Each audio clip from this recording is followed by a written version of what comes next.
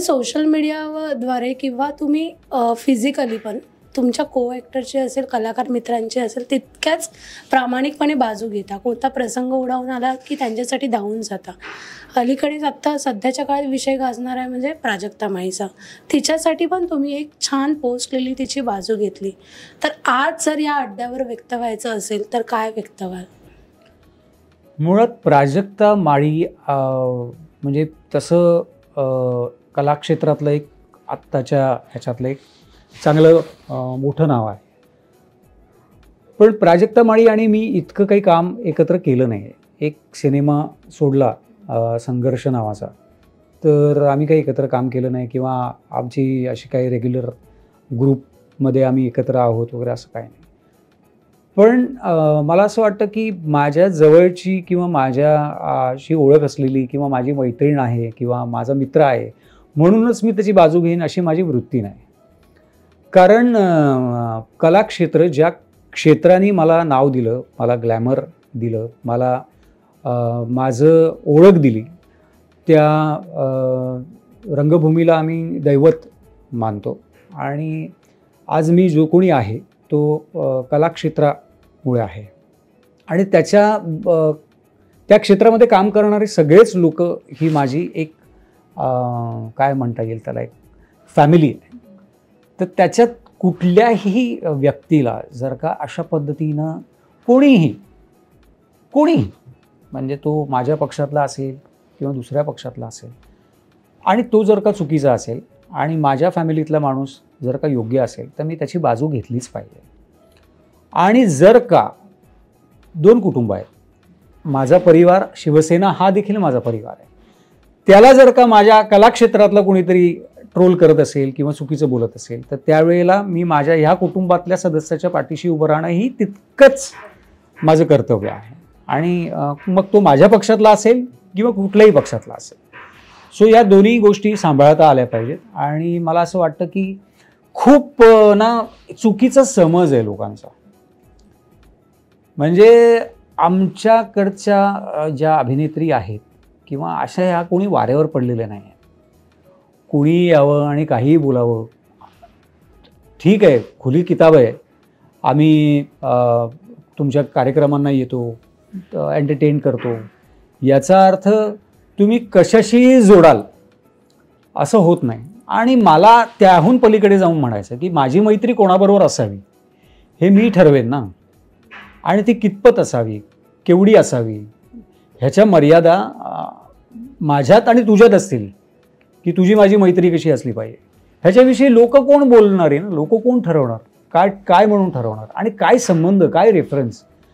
त्यामुळे कलाक्षेत्राला कायमच अशा पद्धतीने बदनाम केलं गेलं आहे.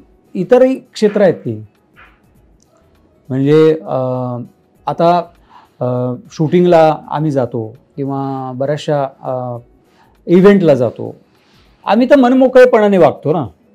म्हणजे माझी को ॲक्टर आहे, तिला खांद्यावर हात ठेवायलाही लाजत नाही. तर हे तर निदान आम्ही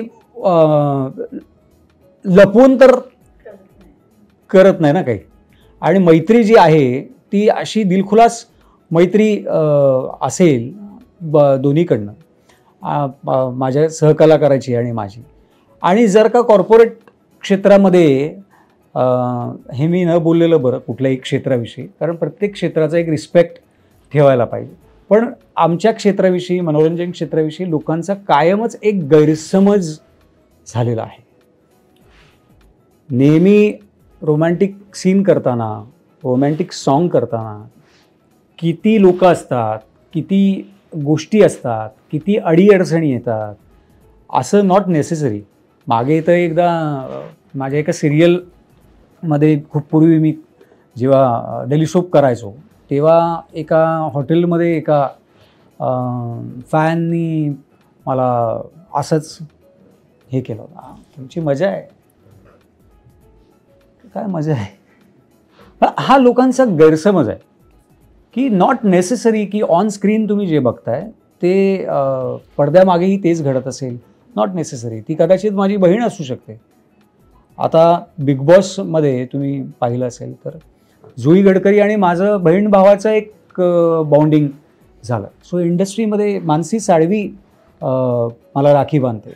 सो अशा खूप गोष्टी इंडस्ट्रीमध्ये आहेत, पण इंडस्ट्रीचं नाव कायमच अशा गैरसमजातून बदनाम करण्याचा प्रयत्न लोकांनी केला आहे. सर, त्याच मुद्द्याला घेऊन दुसरा प्रश्न असा आहे की प्राजक्ता माळीचं नाव जोडलं गेलं ज्यांच्याबरोबर, ते धनंजय मुंडे.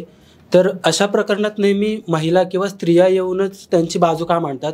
धनंजय मुंडेंचंही त्याबाबत म्हणजे त्यांचं नाव त्यात आलं, तर धनंजय एक पुरुष म्हणून आणि या इंडस्ट्रीतला एक कलाकार म्हणून तुम्हाला असं नाही वाटत का की धनंजय मुंडेंनी त्यांची बाजू येऊन सांगावी की नक्की काय होतं? कारण की फक्त प्राजक्ता माळीने ते पत्रकार परिषद येऊन तिची बाजू सांगितली. तर एक पुरुष म्हणून आणि कलाकार म्हणून तुम्हाला धनंजय मुंडेंनी पण त्यांचं वक्तव्य किंवा काहीतरी मत देणं गरजेचं होतं असं वाटत नाही का? आत्ताची राजकीय परिस्थिती जी आहे त्याविषयी खूप मोठा विषय जो आहे तो मार्गी लागणं हे तितकंच महत्त्वाचं आहे. जसं प्राजक्ता माळीची बाजू आम्ही कलाकार म्हणून घेतली, तिचे सहकलाकार म्हणून किंवा या फॅमिलीतले सदस्य म्हणून घेतली, तसंच जो ह्यांचा प्रश्न आहे देशमुखांचा जो बीडमध्ये घडला आहे तो प्रश्न मार्गी लागणं ही तितकंच गरजेचं आहे. आणि त्याला निश्चितपणे माननीय मुख्यमंत्री देवेंद्रजी फडणवीस आणि माननीय उपमुख्यमंत्री एकनाथजी शिंदेसाहेब यांच्या नेतृत्वामध्ये, अजित पवार साहेब यांच्या नेतृत्वामध्ये निश्चित तो प्रश्न तडीस लागेल. त्याच्यामुळे मंत्री महोदय म्हणून धनंजय मुंडे हे आता सगळ्या त्या ज्या गोष्टी आहेत ह्या तितक्याच जास्त प्रायोरिटीनी लवकर झाल्या पाहिजेत. त्याच्यामुळे मला असं वाटतं की याविषयी भाष्य करण्यासाठी आम्ही सगळी जी लोक होतो त्यांनी ती भूमिका योग्य रीतीने बजावली. आता त्या देशमुखांना आणि ते जे कुटुंब आहे त्यांना न्याय मिळवून देणं हे जास्त महत्त्वाचं.